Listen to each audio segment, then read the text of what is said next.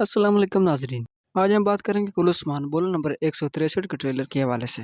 جیسا کہ ہم نے پچھلے بولن میں بات کی کہ عثمان صاحب اس کے آگے طرف بڑھ ہی رہے ہوتے ہیں، دونوں ایک دوسرے کی طرف بڑھ رہے ہوتے ہیں اور دونوں کے ہاتھ میں نیزہ ہوتا ہے۔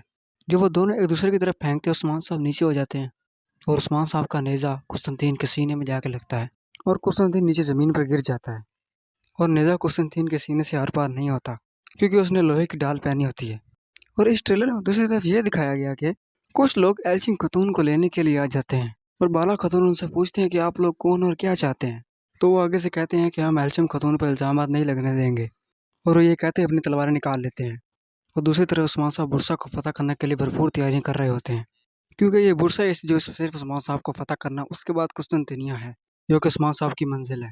اس لیے قسطنطنیہ کو حاصل کرنے سے پہلے برسا کو فتح کرنا بہت ضروری ہے، اور اس کے لیے عثمان صاحب کو بھرپور کوشش کرنا ہوگی، کیونکہ کماندار قسطنطین ایک آسان ہدف نہیں ہے، اس کو شکست دینا تھوڑا سا مشکل ہوگا۔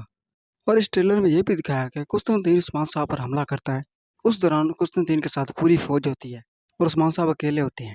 قسطنطین اپنے سپاہیوں کو حکم دیتا ہے کہ حملہ کرو، اور تیر انداز عثمان صاحب پر تیروں سے حملہ کرتے ہیں، جس میں سے ایک دو تیر عثمان صاحب کو لگتے ہیں۔ اور یہ جنگ ایک پہاڑی پر ہو رہی ہوتی ہے اور اس کے نیچے سمندر ہوتا ہے، اور عثمان صاحب اپنی جان بچانے کے لیے سمندر میں چھلانگ لگا دیتے ہیں، اور یہاں پر ٹریلر کا اختتام ہو جاتا ہے۔ تو یہ تھا بولا 163 کا ٹریلر۔ اب عثمان صاحب اس دریا میں اکیلے پڑے ہوتے ہیں بے ہوش، اور ان کی جان بچانے والا کوئی نہیں ہوتا۔ اب ہم دیکھیں گے بولم 163 میں کیا عثمان صاحب کو بچانے کے لیے کوئی آئے گا، اور بولم 163 میں ہم مزید جان لیں گے۔ یہ تھا بولم 163 کا ٹریلر۔ ملتے ہیں اگلے بولم میں، بولم 163 میں۔ یہ ہمیں اجازت دیجیے، اگلی ویڈیو تک کے لیے خدا حافظ۔